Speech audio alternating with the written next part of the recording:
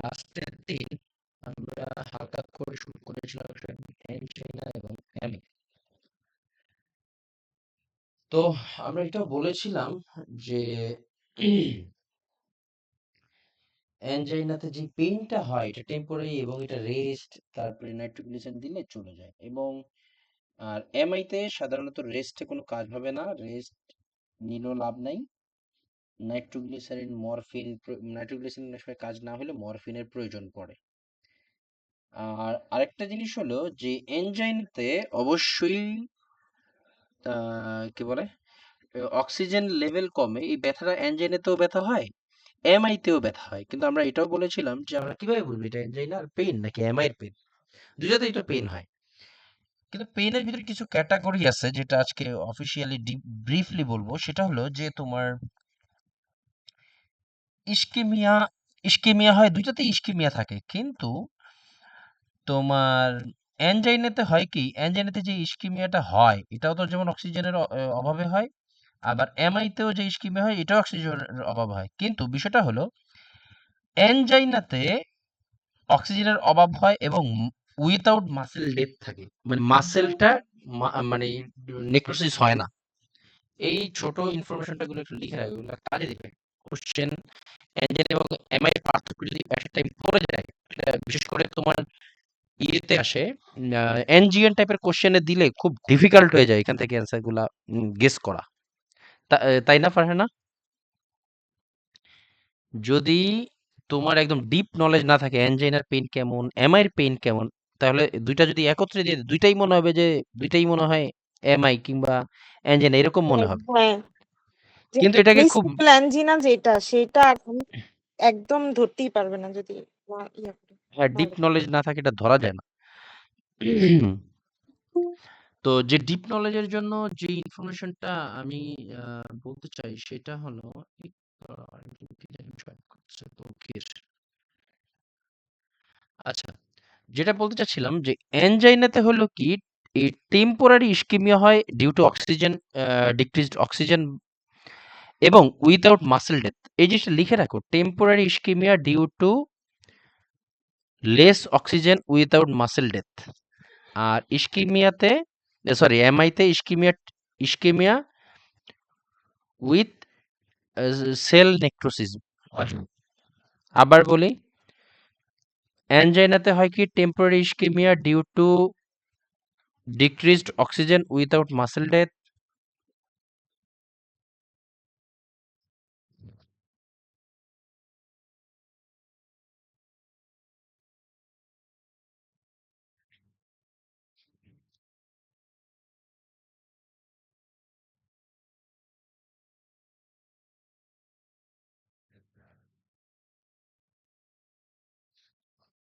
Temporary ischemia due to decrease oxygen without muscle death. আর এমআইতে হয় কি, ischemia with muscle death, muscle death বা সেল নেক্রোসিস আর কি।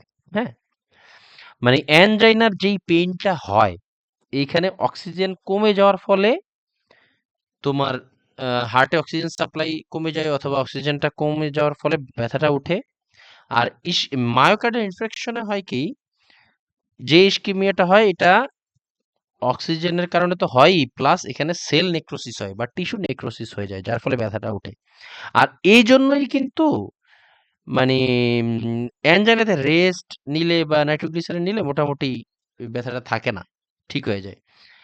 আর আর এমআইতে যেহেতু তোমার টিস্যু নেক্রোসিস হয় বা সেল নেক্রোসিস হয়, আই মিন ডেড হয়ে যায় সেল, এই কারণে এখানে মরফিন কিংবা নাইট্রোজেন না দিলে কাজ হয় না, বিশেষ করে মরফিন প্রয়োজন হয়। আর আরেকটা জিনিস লিখে রাখো এখানে, যে চেস্ট টাইটনেস হয় অ্যানজাইনাতে, chest tightness or elephant on the chest, এরকম একটা ইনফরমেশন লিখে রাখো অ্যানজাইনাতে। লিখে রাখো সবাই।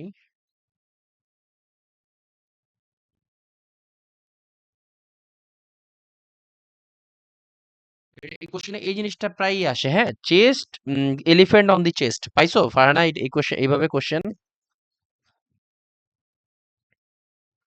না, পাও নাই না? আমি পাইছিলাম। চেস্ট টাইটনেস মানে এই যে অ্যানজাইনাতে হয় কি চেস্ট টাইট হয়ে যায়, এরকম পেশেন্ট কমপ্লেন করে এরকম chest tightness or elephant on the chest, মানে বুক ভারী হয়ে যায় এরকম বলে। অ্যানজাইনাতে কমপ্লেন করে এরকম chest tightness or elephant on the chest এরকম কমপ্লেন করে। আর এমআইতে সিভিয়ার ক্রাশিং বা স্ট্যাবিং পেইন এরকম উল্লেখ করে। অ্যানজাইনাতে chest tightness or elephant on the chest, R এমআইতে severe crushing বা stabbing STABBING stabbing pain. Stabbing pain মানে ছুরি দিয়ে কাউকে খোঁচা দিলে যেরকম পেইন হবে না, অথবা সুই দিয়ে গুঁতা দিলে যেরকম পেইন হয়, খোঁচানো পেইন, এটা হয় এমআইতে। এটাকে স্ট্যাবিং পেইন অথবা সিভিয়ার ক্রাশিং পেইন বলা হয়।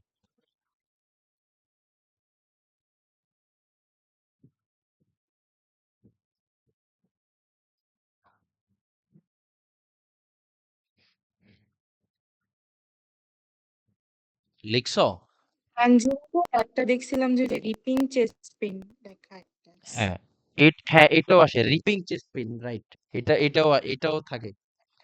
আমি দুইটা পাইছি, চেস্ট টাইটনেসও পাইছি, এলিফ্যান্ট অন দি চেস্ট। আমি এলিফ্যান্ট অন দি চেস্টটা দিয়ে বেশি পাইছি।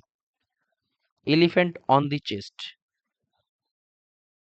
এই ছোট ছোট কি পয়েন্ট এগুলা কিন্তু কোশ্চেনটাকে এনজাইনা এবং এমআই এর ভিতরে আলাদা করে ফেলা যায়, কোনটা এনজাইনা পেন কোনটা এমআই এর পেন। ভাইয়া আমার আবার elephant sitting on the chest এরকম ও একটা লেখা আছে এমআইএ বইয়ে আর কি, কোথায় পেয়ে লিখছি জানি না, তাই তো এমআইএ লেখা। হুম, না, আমি আমি পাইছি হইলো ইয়েতে, এটা কি বলে এনজাইনাতে। আমার এখানে এমআইএ লেখা। তাই উম, হুম, আমি এটা তাহলে এটা লিখে রাখো, হ্যাঁ আমি আরেকটু তাহলে আরেকটু চেক করবো, যেহেতু তুমি পাইছো এরকম আমি আরেকটু দেখি নেটে একটু ঘেটে। আমি এটা কোশ্চেনে পাইছি আজকেই, মানে এক একটা কোশ্চেন ব্যাংকে এক এক রকম ভাবে সাজায়, আমি একটু দেখে তাহলে তবে লিখে রাখো, আমি বলে দিবনি, হ্যাঁ ক্লাস তো শেষ হয় নাই আর। হুম, আর ইয়েতে এমআইতে পেইনটা থাকবে স্ট্যাবিং পেইন বা সিভিয়ার ক্রাশিং পেইন, এরকম পেইন এক্সপ্লেইন করে। স্ট্যাবিং পেইন মিন্স ছুরি গুতা দিলে যেরকম ব্যথা হয় না, অথবা সুই দিয়ে গুতা দিলে যেরকম খোঁচা খোঁচা পেইন, এরকম পেইন হয়। এরপরে আসি হলো কার্ডিয়াক এনজাইম, অবশ্যই এনজাইনাতে কোনো চেঞ্জ হবে না। আচ্ছা, আমরা যে কার্ডিয়াক এনজাইম এই চেঞ্জগুলা কেন হয়, মানে প্রোপোনিন প্রোপোনিনটি কেন বাড়ে? বাড়ে মূলত এই যে কার্ডিয়াক মাসেলের যেই এই চেঞ্জ, চেঞ্জ থেকেই মূলত এই ট্রোপোনিন আইট্রোপনটি এলিভেটেড হয়। তাহলে আমাদের মূলত এই কার্ডিয়াকের যে মাসেলগুলো রিয়েলি চেঞ্জ হয় কোথায়? রিয়েলি চেঞ্জ হয় হলো এমআইতে। এই জন্য এমআইতে এলিভেটেড হয়। এবার আসি হলো ইসিজিতে। ইসিজিতে আমরা কি দেখি? ST ST depression or T wave inversion during chest pain, এই দুইটা জিনিস। এবং পাশে দেখো এসটি এলিভেশন বা STEMI or NSTEMI, তারপর T wave inversion, abnormal Q wave, এই জিনিসগুলোর খুবই ইম্পর্টেন্ট কিছু বিষয় আছে, এটা বুঝতে হবে। এটা ভালোভাবে বুঝলে তুমি কোশ্চেন যতই হার্ড হোক না কেন, এমআই এবং তোমার অ্যাঞ্জেনা থেকে দেখ না কেন, যদি ইসিজি রিলেটেড কোনো এক্সপ্লেনেশন থাকে তুমি 100% আই এম শিওর যে তুমি এটা ধরতে পারবা। সেই বিষয়টা আমি বলার জন্য মূলত আমি এই একটা জিনিস লিখছিলাম এই ঘন্টাখানিক আগে, সেটা আমি ইয়েতে দিয়ে দিব তোমাদের। আগে একটু আমি বলি, তার ব্যাখ্যা করি, তারপরে তোমাদের স্লাইডটা দেখাবো। ST depression or T wave inversion, দেখো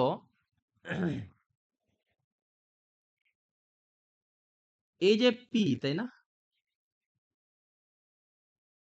এই যে পি, তারপরে কিউ আর এস, এই ইসিজিটার বেজ লাইন কোনটা? এটা না, এই যে দেখো পি বরাবর যে লাইনটা গেছে এটা হলো বেজ লাইন। এটা তো জানি নাকি আমরা সবাই, নাকি তাই না? এটা হলো আমাদের বেজ লাইন। এখন কথা হলো এই যে এস, এই যে কিউ আর এখানে হলো এস, আর এটা হলো টি ওয়েভ, তাই তো? এই এস টি এলিভেটেড হয়েছে কোথায়? অ্যাবভ দি বেজ লাইন। দেখে বেজ লাইনের উপরে চলে গেছে। এই এস টি এলিভেশন হলো এটা, আর ডিপ্রেশন হলো কি এইটা। দেখো ডিপ্রেশন, দেখো এটা হলো পি ওয়েভ, তারপরে কিউ আর এস। আমাদের এই এই এই উপরের ইসিজির এতটুকু বাদ দাও, এতটুকু বাদ দাও, এই পর্যন্ত থেকে চিন্তা করো। এইখান থেকে এটার বেজ লাইন কোনটা, এই বরাবর হলো বেজ লাইন, ঠিক আছে? বেজ লাইন থেকে এসটি নিচে নেমে গেছে, এটাকে বলা হয় এসটি ডিপ্রেশন। এসটি ডিপ্রেশন এটা একটা জিনিস, হ্যাঁ। মানে কি এসটি ডিপ্রেশন কি বুঝছো তোমরা বিষয়টা? যে এসটি নিচের দিকে চলে গেছে, মানে ডিপ্রেসমেন্ট কি নিমজ্জিত বা নিচের দিকে নেমে যাওয়া, তাই না? এখন কথা হলো এসটি ডিপ্রেশনে কি বুঝায় আসলে, আর আগে এসটি এলিভেশনটা বুঝি, এরপরে তোমার এসটি ডিপ্রেশন এমনি আমরা বুঝতে পারবো।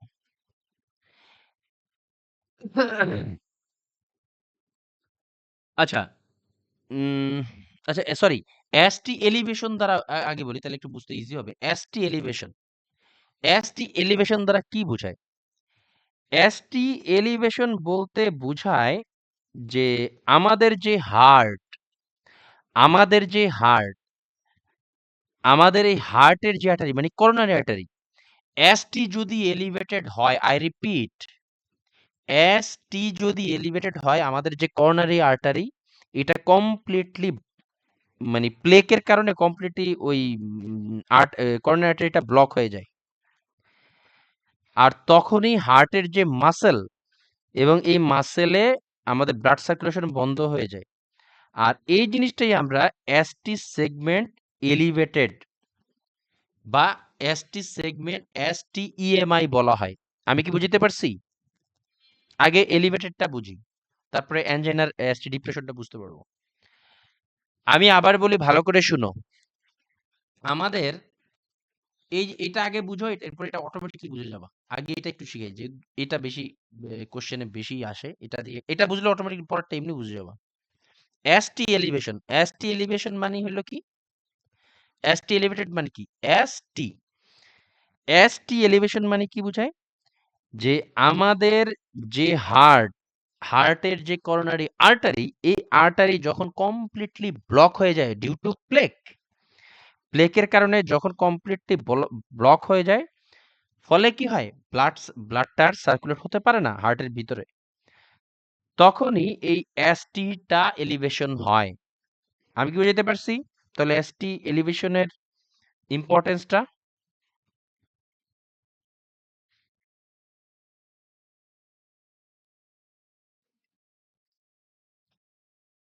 আর নন এসটি ইএমআই বলতে বোঝায় এসটি এলিভেটেড হয় নাই। নন এসটি ইএমআই হলো, দাঁড়াও,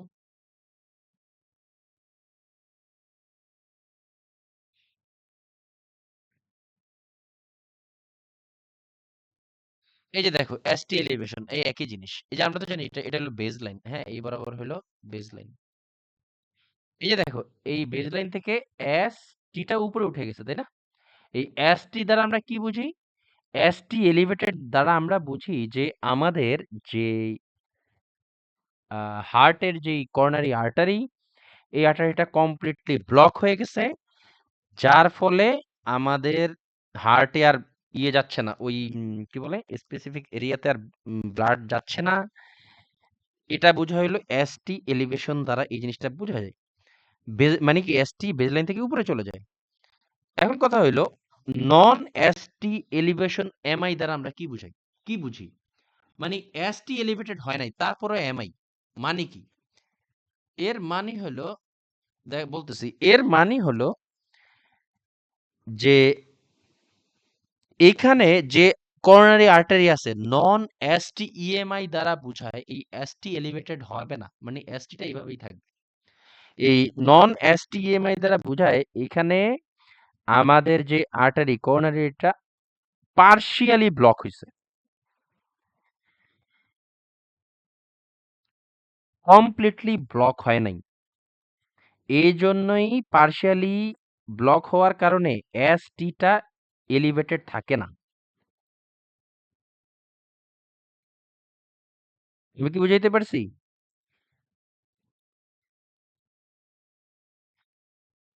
জি জি ভাইয়া। ভাইয়া। তাহলে এখানে কি থাকে? এখানে অ্যাসটি ডিপ্রেসড থাকে। অ্যাসটি ডিপ্রেসড থাকে।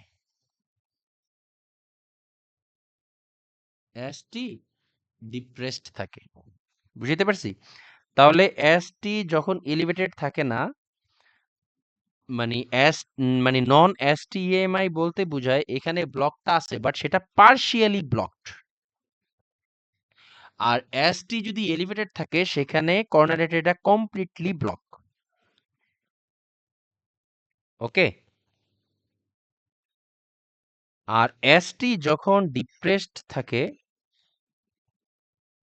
তখন টি ওয়েভ অনেকটা ইনভার্টেড হয়ে যায়। সাধারণত টি ওয়েভটা থাকে কিরকম? দাঁড়াও দেখাইতেছি। টি ওয়েভটা এরকম উপরে থাকবে না? এটাই তো টি ওয়েভ, তাই না? আর টি ওয়েভটা যদি এই বরাবর এইভাবে আসে, যেমন এই যে এটা দেখো, এই যে দেখো এস টি, এই যে দেখো টি, কিউ আর এস টি, টি ওয়েভটা নিচের দিকে চলে আসছে, হ্যাঁ, মানে টি ওয়েভটা নিচের দিকে চলে আসছে। টি ওয়েভটা যখন নিচের দিকে চলে আসে মানে ইনভার্টেড থাকে, ইনভার্টেড মিন্স উল্টায়া থাকে, তখন এর মানে হবে যে হার্টের ইস্কিমিয়া হচ্ছে বা হার্টের অক্সিজেনের অভাব হচ্ছে। আমি কি বুঝতে পারছি? T wave inverted means, I repeat, T wave inverted means oxygen কম বা অক্সিজেনের অভাব হচ্ছে বা ইস্কিমিয়া হচ্ছে। আর এর ফলে আমরা কি বুঝতে পারি? এখানে সেলগুলা, এখানে যে হার্টের যেই সেল বা টিস্যু পর্যাপ্ত অক্সিজেন পাচ্ছে না এবং এসটি ডিপ্রেশন বা টি ওয়েভ ইনভার্সন এর মানে হচ্ছে যে টি ওয়েভ ইনভার্সন এর মানে হচ্ছে যে হার্টে অক্সিজেন কম পাচ্ছে, এটা এখনো এমআই এর দিকে টার্ন করে নাই। এই জিনিসটা হলো এইখানে টি ওয়েভ ইনভার্সন।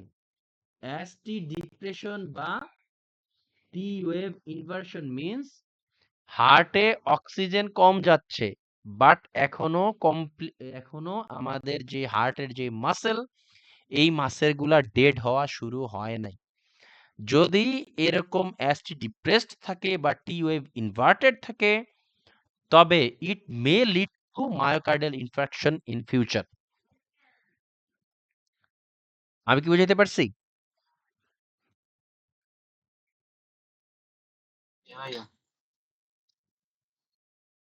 এরপরে আসি হলো জি ভাইয়া। আরেকটা জিনিস আছে, সেখানে হলো abnormal Q wave. Abnormal Q wave এর মানে কি? দেখো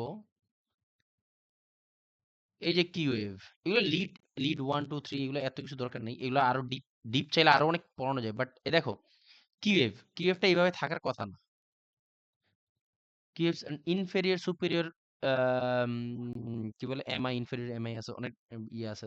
তো আমি যেটা বলতে চাচ্ছিলাম যে কিউ ওয়েভ যখন অ্যাবনর্মাল কিউ ওয়েভ হয়, মানে কিউ ওয়েভ যখন একটু মানে ওয়াইড ওয়াইড থাকে না, আমরা আমাদের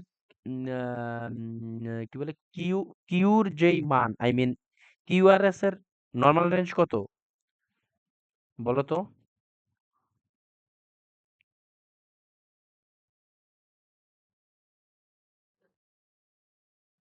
0.12 এর নিচে। Less less than. দেন 0.12, তাই না? হ্যাঁ। Less than 0.12। এখন কথা হলো যে ওয়াইড কিউ ওয়েভ মানিটা হলো যে ওয়াইড মানে বড় হয়ে গেছে, তাই তো? এখন কথা হলো ইসিজিতে যখন এই কিউ ওয়েভ মানে ওয়াইড দেখায়, আই মিন এরকম দেখায়, এর মানে হলো সেল নেক্রোসিস। মানে আমাদের হার্ট, এই ছোট ছোট জিনিসগুলো লিখে রাখো, যখনই আমরা কিউএভ, ওয়াইড কিউএভ বা অ্যাবনর্মাল কিউএভ দেখবো মানে ইসিজিতে, এর মানে হইলো যে সেল নেক্রোসিস হয়, মানে সেল কমপ্লিটলি ডেড হয়ে যায়। এবং আর যখনই তোমার সেল নেক্রোসিস হয় তখনই ওই জায়গাটা কমপ্লিটলি কালো হয়ে যায়। তোমরা কি ইসিজি এই যে ইয়ের ওই যে এনজিওগ্রাম করার পরে হার্টের দেখবা কোনো এক জায়গায় যেখানে প্রবলেম আছে সেখানে কালো হয়ে যায়, একদম কালো হয়ে যায়। আর যখনই এরকম ওয়াইড কিউএফ দেখায় তো তোমরা কি শুনছো ওল্ড এমআই এরকম কোনো টার্ম শুনছো হসপিটালে ইয়ে তকির? শুনছি। এই ওল্ড এমআই হুম। বলতে ওল্ড এমআই মানেই হইলো যে তোমার এই কিউএফ। কিউএভ তোমার হোয়াইট কিউএভ এবং ওই ওল্ড এমআই যখনই শুনবা বা হোয়াইট কিউএভ যখনই শুনবা ওই যেই জায়গায় এই ব্লকটা হয়েছে তার পরের অংশে পার্মানেন্টলি তোমার সেল নেক্রো বা টিস্যু নেক্রোসিস বা সেল নেক্রোসিস হয়ে গেছে এবং এর ফলে ওই জায়গায় স্কার টিস্যু ফর্মেশন করছে। স্কার টিস্যু মানে কখনো পুড়ে গেলে কয়েকদিন রেখে দিলে ওই জায়গায় একটা কালো পর্দার মতো পড়ে যায় না, এরকম হয়ে যায় ওই হার্টের ওই জায়গাটায়। তাহলে তিনটা জিনিস আমি বললাম, ST elevation, non ST elevated myocardial infection, T wave inversion, abnormal Q wave. Total চারটা জিনিস। এসটি এলিভেটেড এর ফলে কি হয়? এসটি এলিভেটেড মিন্স আমাদের এসটি যে ইয়ে এই যে এসটি এই যে এসটি বেজলাইন থেকে উপরে যায় এর মানে হলো হার্টের যে করোনারি আর্টারি এটা কমপ্লিটলি ব্লক হয়ে গেছে, এই জন্য এসটিটা উপরের দিকে চলে গেছে। আর যদি এসটিটা এলিভেটেড না হয় মানে নন এসটি ইএমআই হয় এর মানে হলো যে হার্টের যে করোনারি আর্টারি আছে এটা পার্শিয়ালি ব্লকড। আর এরপরে আসি হইলো এখানে টি এসটি ডিপ্রেশন বা টি ওয়েভ ইনভার্সনও দেখায়। এসটি ডিপ্রেশন মিন্স এই যে এসটি ডিপ্রেশন মিন্স এইখানে যে পার্শিয়ালি কি বলে ওই যে ওই তো মানে একই যে পার্শিয়ালি ব্লক হইছে মানে অক্সিজেন কম যাচ্ছে এখানে যার ফলে ইনফ্রাকশন হইছে। আর ঠিক একই রকম ভাবে আর এই এসটি ডিপ্রেশনেই কিন্তু মূলত তোমার এই কি ওই ট্রোপোনিন এগুলা চেক করা জরুরি। তারপরে টি ওয়েভ ইনভার্সন, টি ওয়েভটা কি আমাদের কি ফেজ? রেস্টিং ফেজ না? আর টিএফটা সাধারণত থাকে তো এরকম যে দেখাই টিএফটা তো এরকম থাকে। টিএফ ইনভার্সন মিন্স টিএফটা এই বরাবর আসে। দাঁড়াও আমি একটু ছবিতে একেই দেখাই। মানে টিএফটা উল্টা দিকে চলে যায়। উল্টা দিকে চলে যায়, রাইট? টিএফটা উল্টা দিকে, ইনভার্সন মিন্স উল্টা। ঠিক আছে, সোজা কথা ইনভার্সন মিন্স উল্টা। টিএফ যখন ইনভার্টেড দেখায় এর মানে হলো যে হার্টের সেলগুলা এখনো নেক্রোসিস হয় নাই কিন্তু তারা এনাফ অক্সিজেনও পাচ্ছে না, মানে ব্লাড ফ্লোটা টোটালি প্রপারলি আসছে না। আর এই টি ওয়েভ ইনভার্টেড যদি থাকে মানে এনএসটি ইএমআই যদি থাকে বা টি ওয়েভ ইনভার্টেড যদি থাকে এই পেশেন্টকে যদি ট্রিটমেন্ট না করা হয় ইট মে লিড টু এমআই। এখনো এমআই তে যায় নাই। এমআই তে যাওয়া মানে কি সেল কমপ্লিটলি ডিস্ট্রয় হয়ে যাওয়া, টিস্যু কমপ্লিটলি নেক্রোসিস হয়ে যাওয়া। ঠিক আছে, আর টি ওয়েভ যদি ইনভার্টেড থাকে তাহলে এটা ওয়ার্নিং সাইন অফ এমআই। ঠিক আছে, আমরা যেন মাথায় রাখতে পারি জিনিসটা। আর আরেকটা জিনিস হলো যে বলছি যে অ্যাবনর্মাল কিউএফ যদি এই ইসিজিতে দেখা যায় সেক্ষেত্রে মাথা রাখতে হবে এখানে কমপ্লিটলি সেল নেক্রোসিস হয়ে গেছে। এবং সাধারণত এই জিনিসটা হয় পুরাতন এমআই যাদের থাকে তাদের ক্ষেত্রে এই জিনিসটা হয়ে থাকে। ঠিক আছে, তাহলে আচ্ছা তাহলে এখন আমি যদি বলি এই এসটি ডিপ্রেশন বা টি ওয়েভ ইনভার্সন এটা কি অ্যাঞ্জাইনাতে হতে পারে? Yes or no?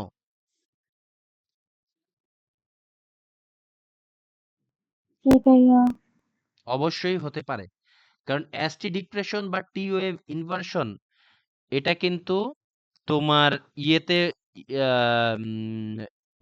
কি বলে তোমার এটা দ্বারা কিন্তু তোমার জাস্ট অক্সিজেন কম সাপ্লাই যাচ্ছে এরকম ইন্ডিকেট করে।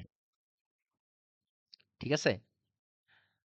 আর এসটি যদি এলিভেটেড থাকে তাহলে তো আমরা জানি এটা কমপ্লিট ব্লক হয়ে গেছে করোনারি আর্টারি। আর অ্যাবনর্মাল কিউএব হলো অলরেডি সেল মরে গিয়ে ওই জায়গায় স্কার টিস্যু ফরমেশন করছে। ঠিক আছে? এই ছিল ইম্পর্টেন্ট কথা। আর এই জিনিসটাই আমি এইখানে লিখে দিছি। ST elevation by STM, a complete 100% blockage of coronary artery. This cause injury to the full thickness of the heart muscle. তোমরা একটু পড়ে নিও, এটা খুবই ইম্পর্টেন্ট জিনিস। হ্যাঁ, এগুলো খুব ডিপে হয়তো এই কোশ্চেন গুলা, তবে এই 4টা পয়েন্ট যদি ভালোভাবে মাথায় রাখো তুমি ইসিজির এই কোশ্চেন গুলা সাধারণত তোমার থিওরির মতো করে কোশ্চেনটা, বিশেষ করে এনজিএন টাইপের কোশ্চেন করলে এটা খুবই ডিফিকাল্ট হয়ে যায়। কোনটা তোমার অ্যানজাইনার প্রবলেম, কোনটা এমআই এর প্রবলেম, এটা আলাদাভাবে আইডেন্টিফাই করা সো ডিফিকাল্ট। এটা একদম খুব ডিপে কথাগুলো বলা হয়েছে। হ্যাঁ, তো আমরা কি বুঝতে পারছি? জি ভাইয়া হ্যাঁ, বুঝতে পারছি। ভাইয়া হ্যাঁ এটা ভাইয়া। হচ্ছে কোয়েশ্চেন হিসাবে ইসিজি গ্রাফ দেয় না হচ্ছে মানে সাধারণত আইডেন্টিফিকেশন করতে দেয়? সাধারণত তোমার ইসিজি গ্রাফ আকারে দেয় না। গ্রাফ আকারে দিলে তো মোটামুটি সবাই পারতো। এইটা তোমার হিস্ট্রি আকারে দেয়। তো হিস্ট্রি আকারে দিলে অনেক সময় পার্থক্য করার মতো কোশ্চেন চলে আসে যে এসটিআই এস এমআই কোন আমরা কি ম্যানেজমেন্ট করব, এনজাইনাতে আমরা কি ম্যানেজমেন্ট করব। তো আমরা অলরেডি জানি এখানে ম্যানেজমেন্ট হিসেবে এনজাইনার ক্ষেত্রে নাইট্রোগ্লিসারিন আর রেস্টে থাকলে ঠিক হয় মোটামুটি। আর এমআই তে কিন্তু তোমার মোনোথেরাপি ব্যবহার করতে হয়, মানে মরফিন, অক্সিজেন, নাইট্রোগ্লিসারিন, তারপরে অ্যাসপিরিন এটসেট্রা আর কি। এইভাবে আমরা ম্যানেজমেন্ট গুলো করবো। এটা খুবই এত ইজি ভাইবো না। যারা কোশ্চেন প্র্যাকটিস করে তারা জানে এই কোশ্চেনটা কত কত ট্রিকি। ঠিক একই রকম ভাবে হাইপারথাইরয়েডিজম, হাইপোথাইরয়েডিজম, তারপরে নিউরোর 3-4টা ডিজিজ আছে কাছাকাছি। ওই যে কি বলে মাল্টিপল স্ক্লেরোসিস, পার্কিনসন, আরেকটা জানি কি, আরেকটা আছে এরকম। তারপরে আবার চোখের আছে গ্লুকোমা, ক্যাটারাক্ট, তারপরে ম্যাকুলার ডিজেনারেশন। এরকম কি কয়েকটা জায়গা আছে যেগুলা খুবই কাছাকাছি দিয়ে দিবে। এগুলার স্পেসিফিক ভাবে আলাদা জিনিস ভাবে আলাদা ভাবে শিখতে হবে, তাইলে তুমি 100% অ্যাকুরেট হবে অ্যান্সার, ভুল হবে না। তো আমি আশা করবো যে তোমরা এই জিনিসটাতে ফোকাস রাখবা। এই জিনিসটা যদি তোমরা পারো না, এটা এমনি পেরে যাবা। এসটি এলিভেশন মানে কি, নন এসটিএমআই মানে কি, টি ওয়েভ ইনভার্সন মানে কি, অ্যাবনর্মাল কিউ ওয়েভ মানে কি। অ্যাবনর্মাল কিউ ওয়েভ মানে complete cell destruction, T wave inversion means blood আসতেছে না, কি ডিউ টু ইস্কেমিয়া। এনএসটিএমআই ও same. ST elevated means complete block. ঠিক আছে, এরকম। তো গতকালে এটাই বলছিলাম। তো আজকে আমরা আসি হলো, তাইলে আর এখানে এটা বললাম না, এটাই পুরোটাই তোমার বাংলায় বলছি আর কি। একই জিনিস লেখা আছে। ঠিক আছে, এটা ক্লাসের পরে তোমরা যখন একটু পড়বা নিজেরা তখন একটু দেখে নিও, না বুঝলে আমাকে জানাও, নো প্রবলেম। এবার আসলে angina is transient paroxysmal. Angina is a transient paroxysmal chest pain due to insufficient blood flow to the myocardium, resulting in myocardial ischemia. Paroxysmal means sudden and recurrent. I repeat, paroxysmal means sudden and recurrent. তাহলে angina কি, হঠাৎ এবং বারবার ব্যথা করে বুক, due to insufficient blood flow to the myocardium, resulting in myocardial ischemia. The risk factors same as in coronary artery disease.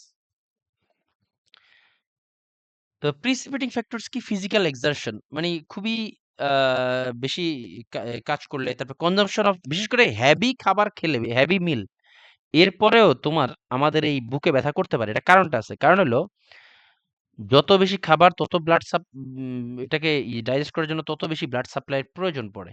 ঠিক আছে, আর অধিক খাবারের জন্য অক্সিজেন ডিমান্ডও বেড়ে যায়, যার ফলে কি হয় অ্যাবডোমিনাল এরিয়াতে অধিক ব্লাড সাপ্লাইয়ের প্রয়োজন পড়ে। কিন্তু কথা হলো আমাদের তো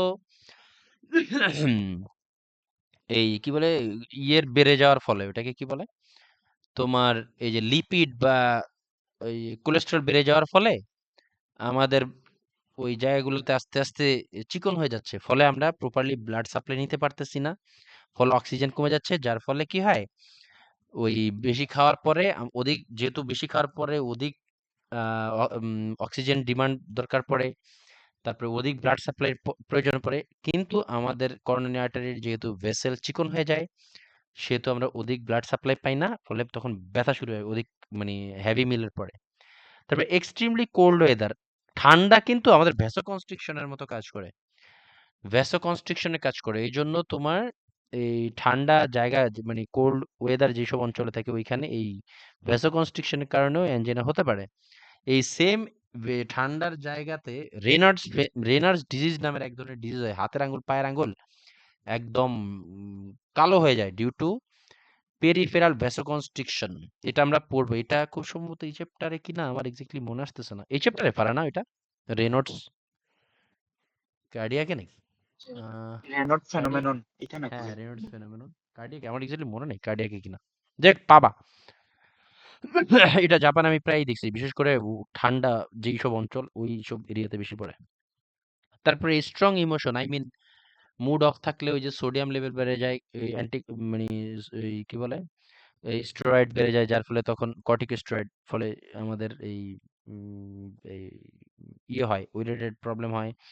স্মোকিং, স্মোকিং গুলো অ্যান্টিকোলিনার্জিক ইফেক্ট, আই মিন ভ্যাসোস্পাজম হয়। সেক্সুয়াল অ্যাক্টিভিটি, হ্যাঁ তোমার অনেক সময় সেক্সুয়াল অ্যাক্টিভিটির কারণেও তোমার এই পেইনটা বেড়ে যায়, বিশেষ করে এপিনেফ্রিন নরএপিনেফ্রিন রিলিজ হয় তো এই কারণে। তারপরে লাইক স্টিমুলেন্টস লাইক কোকেইন, অ্যামফিটামিন, এগুলাও আমাদের হার্ট রেট বাড়ায় এবং ভ্যাসোকনস্ট্রিকশন করে, কোকেইন, অ্যামফেটামিন এগুলা। এবার আসি হলো টাইপস অফ এনজাইনা, বিভিন্ন টাইপের এনজাইনা আছে।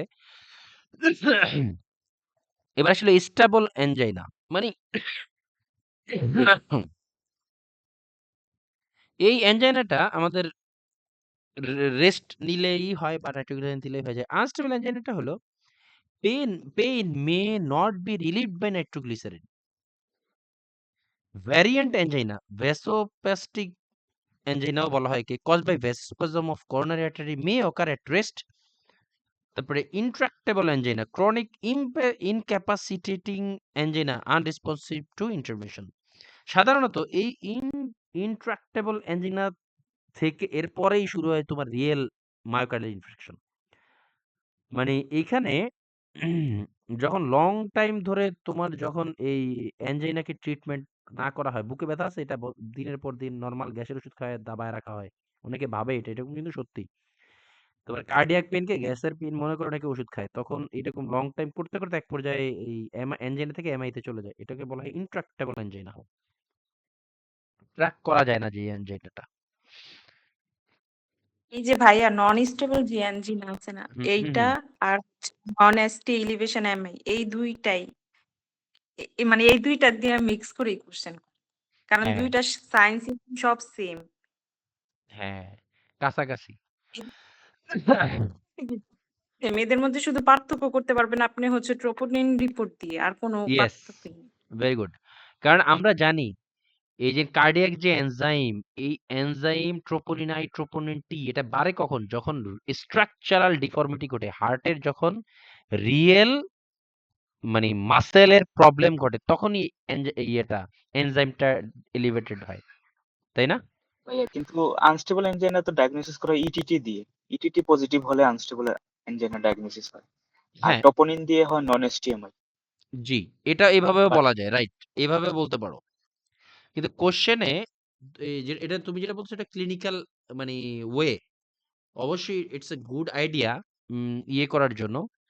তবে কোশ্চেনে তোমার এই আনস্টেবল অ্যাঞ্জাইনা এবং এনএসটিইএমআই এই দুইটা একত্রিত ভাবে আসে অনেস্টলি।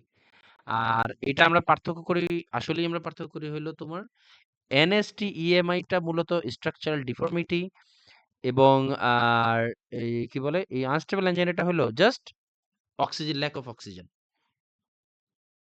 বাট এগুলো আনস্টেবল অ্যাঞ্জাইনা যদি তোমার ট্রিটমেন্ট না করে, তখনই মূলত আস্তে আস্তে এটা টাইমের পর টাইম আস্তে আস্তে হয়ে হয়ে দেন গিয়ে তোমার এই এমআই দিকে টার্ন করে। সাধারণত ১-২ দিনে হয় না, ১ মাসে হয় না, এটা মাসের পর মাস তোমার এই নেগলিজেন্সির কারণে এরকম হয়। আর কি বলে রাইট, আমিও দেখছি যে তোমার ইটিটি দিয়ে তোমার রিয়েল এই অনেক সময় ইসিজিতে সত্যি কথা বলতে কি অনেক সময় ইসিজিতে প্রপারলি ধরাও যায় না অনেক সময়। তখন ফাইনালি ইটিটি করে এবং ইটিটিতে 100% ধরা যায়। তাই না? ইয়ে জি ভাইয়া, অনেক পেশেন্ট আছে যে চেস্ট পেইন মোটা। করে না, কিন্তু মুভ করলে চেস্ট পেইন করে। হ্যাঁ। ওরা আর কি বিশেষ করে ইটিটি মেশিন। আরেকটা ইনফরমেশন দেই, যারা মোটা তাদের ক্ষেত্রে কিন্তু ইসিজি অনেক সময় প্রপারলি রিড করে না। যারা মোটা আই মিন ওবিজ, সিভিয়ার ওবিজ যারা তাদের ক্ষেত্রে ইসিজি প্রপারলি দেয় না। মানে ইনফরমেশন দিতে দেয় না। তখন তোমার এই ইটিটি করে এটা আইডেন্টিফাই করা হয়।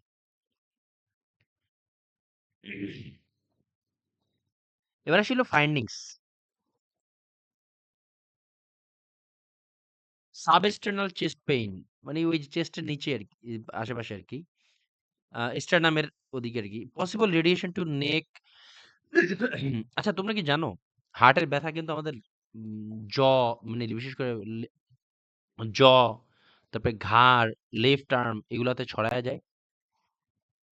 এটা আমরা ব্যাচেলরে জি শিখছিলাম। জি ভাই, ইভেন ভাইয়া টিতে দাঁতেও পেইন করে, হ্যাঁ, জ মানে ওই যে রেডিয়েট জ করে। লাইন আর কি, দাঁতের ওগুলা। কেউ কি চোয়াল। হ্যাঁ, কেউ আসছে? আচ্ছা, এরপর আসি হলো পসিবল রিলেশন টু নেক, জ এন্ড ব্যাক। বললাম এই ভাইয়া চোয়াল। চোয়াল জ মিন্স চোয়াল আর কি, রাইট। চোয়াল মানে জ আর কি। এবং এই লাইনটা থেকে অনেক কোশ্চেন পাওয়া যায়। রেডিয়েশন টু নেক, জ এন্ড ব্যাক এন্ড আর্ম, বিশেষ করে left arm, relieved by rest or nitroglycerin already আমরা যেটা জানি, মে লাস্ট 5 to 20 মিনিটস। হ্যাঁ, এবং এই ব্যথাটা 5 থেকে 20 মিনিটের মতো থাকে এবং এটা এরপর ঠিক হয়ে যায় এবং প্যালপিটেশন হয়, ট্যাকিকার্ডিয়া হয়, ডায়াফ্লেসিস হয়, ঘামায় যায় পেশেন্ট, ডিজিনেস হয়, মে ফেইন্ট, বেশিক্ষণ হলে আবার অজ্ঞান হয়ে যেতে পারে, তারপরে শ্বাসকষ্ট হয়, ডিসপনিয়া হয় আর কি। ডায়াগনোসিস কি? ECG shows ST depression or T wave inversion during the chest pain. I repeat, ECG shows that ST depression or T wave inversion during the chest pain. Stress test মানে যেটা ETT may reveal abnormal ECG during exercise. Cardiac enzymes are normal, কারণ এখানে structural কোনো পরিবর্তন ঘটে না হার্টের। এবং কার্ডিয়াক ক্যাথেটারাইজেশন ম্যানেজমেন্ট কি? নাইট্রোগ্লিসারিন। দেখো এখানে ম্যানেজমেন্ট হলো নাইট্রোগ্লিসারিন এবং এই নাইট্রোগ্লিসারিন কিভাবে দিতে হয় এটা কোশ্চেনে প্রায় আসে। এটা আমাদের বাস্তব লাইফেও ইম্পর্টেন্ট। হ্যাঁ, এটা এই কয়েকদিন আগে আমার এক দুলাভাইরে এই জিনিসটা বলছিলাম। ওনার এরকম ব্যথা হয়েছিল, আমি বলছিলাম যে 15 মিনিটে 3টা নাইট্রোগ্লিসারিন দাও, ব্যথা না ভালো হইলে হসপিটালে দ্রুত চলে যাও, শেষ। 15 মিনিটে ব্যথা ভালো হয় নাই, সাথে সাথে হসপিটালে চলে গেছে। তো সাবলিঙ্গুয়াল নাইট্রোগ্লিসারিন দিতে হয় ম্যাক্সিমাম 3 ডোজ 5 মিনিটস অ্যাপার্ট। এটা একটু বোঝার চেষ্টা করো। প্রথমে এই ব্যথা উঠলে প্রথমে নাইট্রোগ্লিসারিন একটা সাবলিঙ্গুয়ালি দিবে। দেওয়ার পর 5 মিনিট পরে দেখবে যে ব্যথাটা আছে কিনা। যদি 5 মিনিট পরে ব্যথাটা থাকে তাহলে আবার আরেকটা দিবে। তার মানে এরপরে এরপরে আবার 5 মিনিট পরে মানে কি আবার চেক করবে যে ব্যথা আছে নাকি। মানে 10 মিনিট, টোটাল 10 মিনিট হইলো। 10 মিনিট পরে যদি বলে ব্যথা আছে তাহলে আরেকটা নাইট্রোগ্লিসারিন দিবে এবং কি বলে এই তাহলে এরপরে আবার 5 মিনিট পরে মানে 15 মিনিট অবস্থায় আবার জিজ্ঞাসা করবে। যদি তখন ব্যথা না কমে তখনই কল 911। যদিও বাংলাদেশে এই সার্ভিসটা নাই, বাট এবং নিয়ম হলো কি নাইট্রোগ্লিসারিন 15 মিনিটের ভিতরে 3 বার দিতে হবে এবং এর ভিতরে ব্যথা কমতে হবে। যদি না কমে তার মানে এটা ইট মে ইন্ডিকেট এমআই। আমি কি বুঝাতে পারছি? এটা কোশ্চেনে আসে। আমি কি বুঝাইতে পারছি? জিনিসটা আবার বলি। কারো ব্যথা হইছে, এখন একটা দিলাম। 5 মিনিট পরে তাকে জিজ্ঞাসা করলাম ব্যথা আছে কিনা। যদি বলে ব্যথা আছে তাহলে 5 মিনিটের অবস্থায় আরেকটা দিব। দেওয়ার পরে আবার 5 মিনিট পরে আবার জিজ্ঞাসা করব। মানে 10 মিনিটের অবস্থায় একটা জিজ্ঞাসা করব যে ব্যথা আছে কিনা। যদি বলে ব্যথা আছে তাইলে আরেকটা নাইট্রোগ্লিসারিন ট্যাবলেট সাবলিঙ্গুয়াল রুটে দিয়ে 15 মিনিট অবস্থায়, যখন 5 মিনিট পরে হয়ে যাবে মানে 15 মিনিট অবস্থায় আবার জিজ্ঞাসা করব ব্যথা আছে কিনা। যদি বলে ব্যথা আছে তাহলে আর দেয়া যাবে না নাইট্রোগ্লিসারিন, সাথে সাথে go to the hospital. Clear? Question আসে কিন্তু। এবং এই ড্রাগগুলা আম্বের টাইট ফিটিং কন্টেনারে রাখতে হয়, কারণ এই নাইট্রোগ্লিসারিন কিন্তু heat sensitive, heat and light sensitive. এরা যদি সূর্যের আলো এবং গরমের স্পর্শ পায় তবে এরা বিষক্রিয়া হয়ে যায়, এই জন্য এদেরকে কন্টেইনারে রাখা হয়। ইম্পর্ট্যান্ট।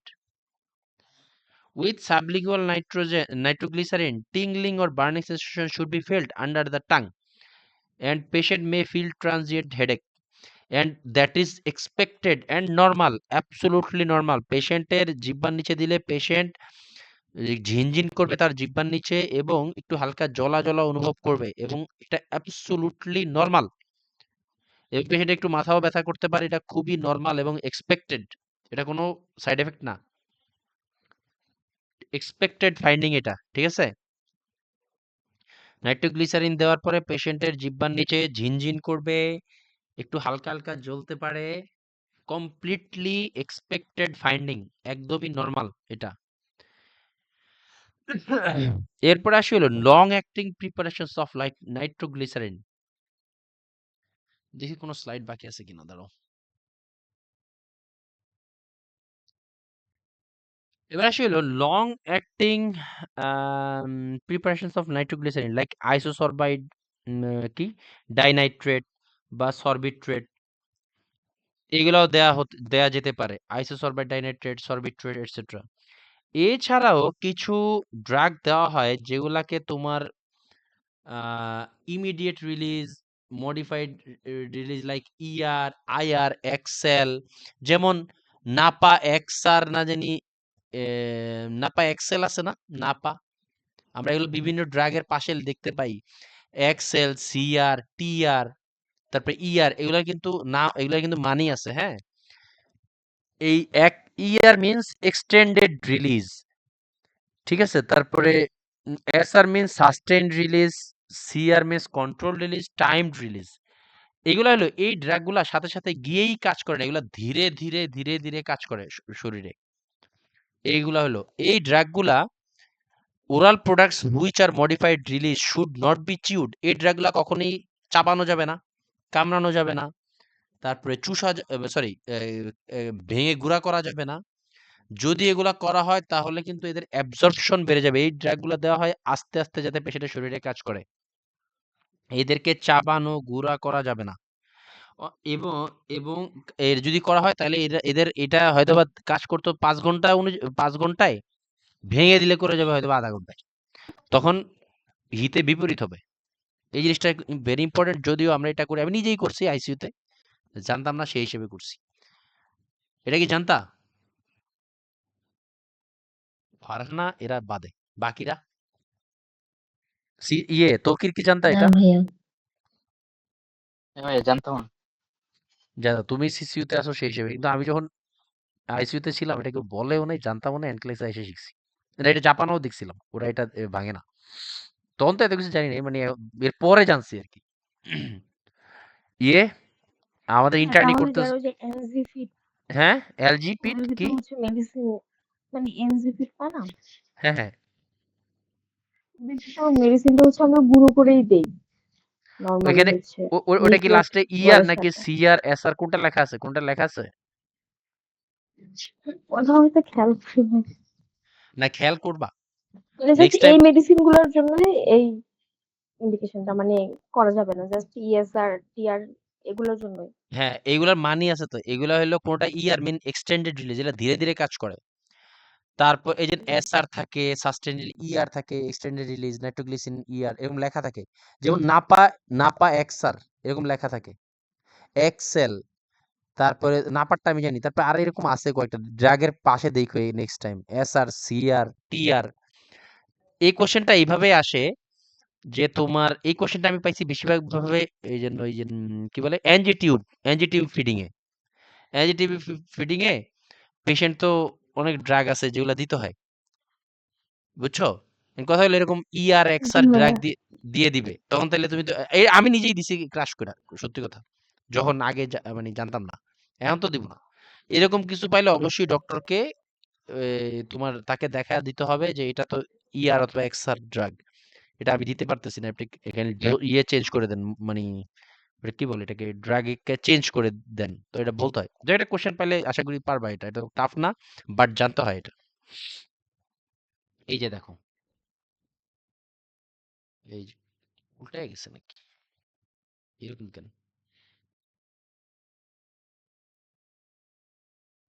এটা হলো না, এটা হলো নাইট্রোগ্লিসারিন ওয়েনমেন্ট প্যাচ, এটা হলো প্যাচ। যাই হোক, এরপর আসি হলো ট্রপিক্যাল, এবার আসি হলো এই ড্রাগ সম্পর্কে তো বললাম।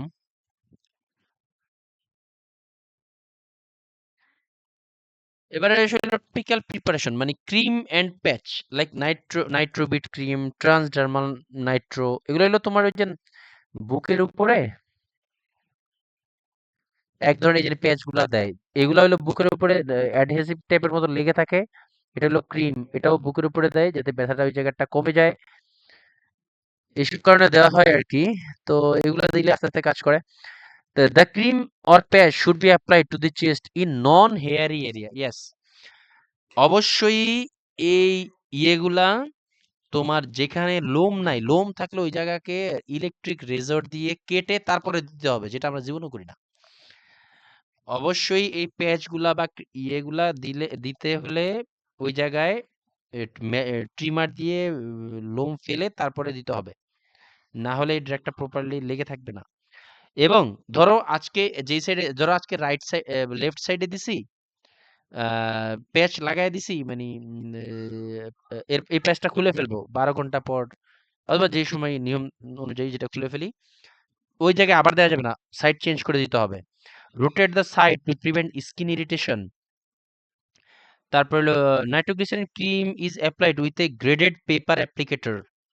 Caution with administration as it can get absorb via the finger. Yes, আমরা হাতের আঙ্গুলে, নিজের হাতের আঙ্গুল দিয়ে নিয়ে আমরা কিন্তু পেশেন্টকে এটা লাগাই দিব না। তাহলে এই যে ড্রাগ, এটা কিন্তু যেহেতু ট্রপিক্যাল মেডিসিন, এটা আমাদের ওই আঙ্গুলের ভিতরে অ্যাবজর্ব হয়ে আমাদের এই বিপি কমায় দিবে, বুঝছো? তারপরে তোমার আমাদের এই হার্ট রেট কমায় দিবে, বিপি কমায় দিবে, বা আমাদের ব্যথা ট্যাথা থাকলে ওগুলা মানে পেশেন্টের ভালো করতে যায় আমরা নিজেরাই নাই হয়ে যাবে, এরকম হয়ে যাবে।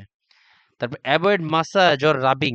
অবশ্যই ড্রাগ দেওয়ার পরে মাসাজ করা যাবে না, রাব করা যাবে না, কারণ এটা কিন্তু অ্যাবজর্পশন বাড়ায় দেয়। এই রাব করলে, মাসাজ করলে অ্যাবজর্পশন বাড়ায় দেয়। ঠিক একই রিজনে আমরা কিন্তু আইএম দেওয়ার পরে ঘষতে যাব না।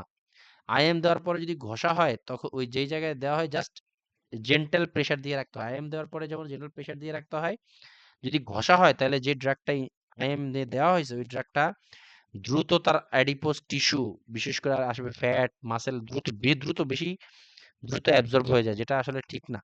এই কারণে তোমার কি বলে, ওই ট্যাপ করে রাখতে হয়, নট রাবিং, ম্যাসাজিং।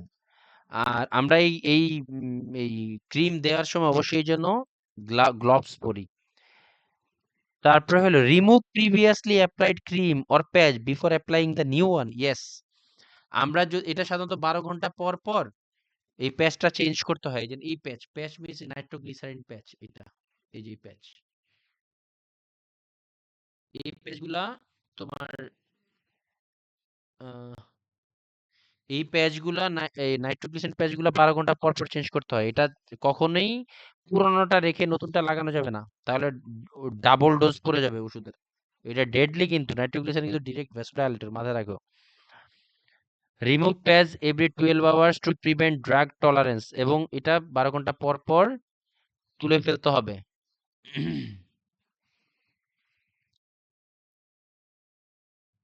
আরেকটা জিনিস আমি তোমাকে বলি, এটা একটু লিখে রাখো, এই মুহূর্তে নাই না। আমরা নাইট্রোগ্লিসারিন যেহেতু সূর্যের আলো, লাইট এগুলাতে আসলে এরা টক্সিক হিসেবে টক্সিসিটি তৈরি করে।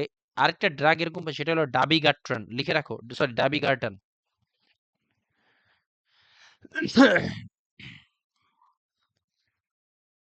আমি এনক্লেক্সে এখন পর্যন্ত দুইটা পাইছি, একটা হলো ডাবিগাট্রান, আরেকটা হলো এই নাইট্রোগ্লিসারিন, যেটা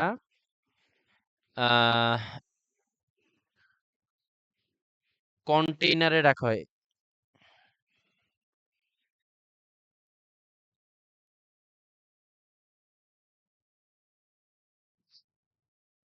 বুঝছো? ডাবিগাট্রান আর হলো নাইট্রোগ্লিসারিন, যেটা এই দুইটা ড্রাগ, তাদের যে কন্টেইনার, এই কন্টেইনারেই রাখতে হয়, অরিজিনাল কন্টেইনার বা সূর্যের আলো বা লাইট থেকে দূরে রাখতে হয় আর কি সোজা কথা। এই ডাবিগাট্রান কোথায় ব্যবহৃত হয় জানো পারে না?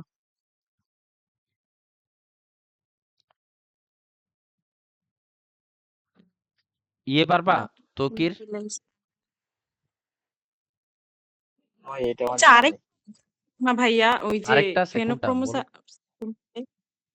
হ্যাঁ? ওই যে নাইট্রোফোসাইট ওটাও তো সোডিয়াম না রাইট সোডিয়াম কন্টিনিউ ওই রাইট সোডিয়াম নাইট্রোক্লোরাইডও আছে। Right very good. আমার মনে আসছিল না। এবার মনে আসছে। আর আর আর এখানে লিখে রাখতে পারো। পাশাপাশি রাখলে মনে থাকবে আরকি। ডাবিগাট্রান তারপরে নাইট্রোগ্লিসারিন একটা হলো সোডিয়াম নাইট্রোক্লোরাইড এই ৩টা লিখে রাখো রাইট। এগুলা সূর্যের আলো তারপরে লাইট এগুলা থেকে দূরে রাখতে হয়। সোডিয়াম নাইট্রোক্লোরাইড হলো ইয়েলো পলিব্যাগ দিয়ে ঢেকে আরেকটা রাখতে কি হয়। নাম বললেন? ডাবিগাট্রান, নাইট্রোগ্লিসারিন আরেকটা হলো সোডিয়াম নাইট্রোক্লোরাইড। দেখবা কিছু স্যালাইনের গায়ে হলুদ কালারের এক প্রকার পর্দা দেওয়া থাকে, এক প্রকার পলি দেওয়া থাকে। দেখছো হসপিটালে কাজ করার সময়? ভাইয়া ডাবিগাট্রন কি ডিজক্সিনের কথা বলতেছেন নাকি? না ডাবিগাট্রানটা হলো যে তোমার ডিভিটি প্রোফাইল্যাক্সিসে ব্যবহৃত হয়। ডিভিটি আফটার ওটিতে দেওয়া হয় যাতে ডিভিটি না হয়। এটা নিউ জেনারেশনের এই চ্যাপ্টারেই আছে।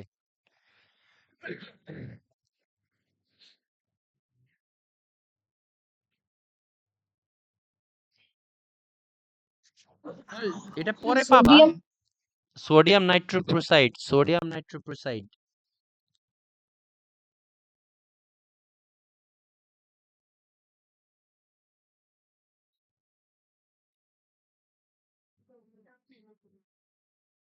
এরপর আসি হলো নার্সিং ইন্টারভেনশন।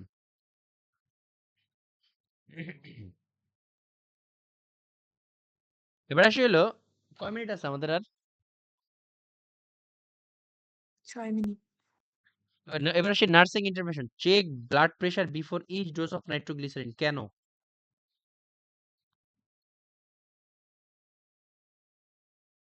কেন বলো তো? দেখি তৌকির বলো। নাইট্রোগ্লিসারিন তোমাদের এখানে তো কমনলি দেয়, কিন্তু তোমরা কি বিপি চেক করো এমনিতে? বিপি চেক করি। কেন চেক এটা তো করো? ব্লাড প্রেশার কমায় প্লাস হেডেক করে। ভ্যাসোডাইলেটর এর জন্য। এটা কোন ধরনের ভ্যাসোডাইলেটর ভ্যানোডাইলেশন বলো তো? করে।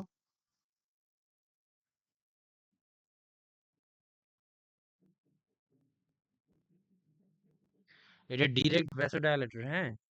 যাই হোক, check BP before each dose of nitroglycerin. কেন? কারণ এটা সরাসরি বিপি কমায় দেয়। এই জন্য এটা অবশ্যই বিপি চেক করে নিতে হবে।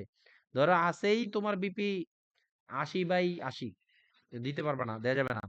তারপরে patient taking nitroglycerine should be avoided erectile drugs.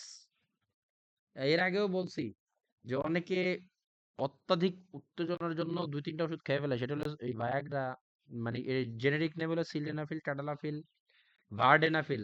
এর হলো ফসফোডাইএস্ট্রেজ ইনহিবিটরস। এই ড্রাগ তোমরা অনেকে শুনে থাকবে অত্যাধিক যৌন উত্তেজক ওষুধ খেয়ে অক্কা পাইছে। এদেরকে বলা হয় ফসফোডাইএস্ট্রেজ ইনহিবিটরস। এই ড্রাগগুলো অ্যাবসোলুটলি কন্ট্রারি। যারা এই ইরেকটাইল ডিসফাংশন তাদেরকে আমরা হয়তো জানিও না, তারা হয়তো লুকে লুকে খায় ফেলতেছে, হ্যাঁ। এই সিলডেনাফিল, টাডালাফিল, ভার্ডেনাফিল এই ড্রাগগুলা কেউ যদি খেয়ে তাদের ক্ষেত্রে এই নাইট্রোগ্লিসারিন অ্যাবসোলুটলি কন্ট্রাইন্ডিকেটেড। কারণ এরা ব্লাড প্রেশার ড্রপ করায় দেয়। Contraindicated with nitroglycerin together can cause dangerous drop in BP. তোমরা শুনো না যে অনেকে খেয়ে মারা গেছে? এটা হলো তোমার মানে একটার জায়গায় ২-৩টা খেয়ে ফেলছে, যেটা আমরা জানতাম কি বিপি ইনক্রিজ করে, তাই না? আসলে হলো বিপি এরা ভ্যাসোডাইলেট করে দেয়। তকির ওই দিন বলছিলাম। জি ভাই, বুঝতে পারছি। হ্যাঁ, সাবধান। মানে বললাম আর কি। তো মানে সিলডেনাফিল, টাডালাফিল, ভার্ডেনাফিল, তো এই ড্রাগগুলা যদি কেউ খায় অবশ্যই নাইট্রোগ্লিসারিন জাতীয় ড্রাগ খাওয়া যাবে না। এবং না আরো কিছু ড্রাগ আছে যে ড্রাগগুলা এই একত্রে খাওয়া যাবে না। সেটা হলো বিটা ব্লকার। ভাই এটার নাইট্রোগ্লিসারিন কি আর কোনো প্যাথোফিজিওলজি আছে? এই যে আসলে স্লাইডনেফিলের ভ্যাসোডাইলেশন করে। আমি আসলে ওই পর্যন্ত খুঁজতে যাইনি। মানে ওই এর মানে এই কোশ্চেনটা এখান থেকে আসে। তুমি পাবাই। এই কোশ্চেনটা আচ্ছা, পাবাই। বুঝি নাই ইয়া ফারহানা? এদের সাথে হচ্ছে ইয়া করে না প্রিয়া না? এই দেখো হ্যালো ফারহানা ভাইয়া। হাসতেছে। আমি তো এমনি হাসি। আচ্ছা আমি যেতে লাবণী পর্যন্ত শেষে গেলেন না ভাই। লাবণীও কি হাসতেছো?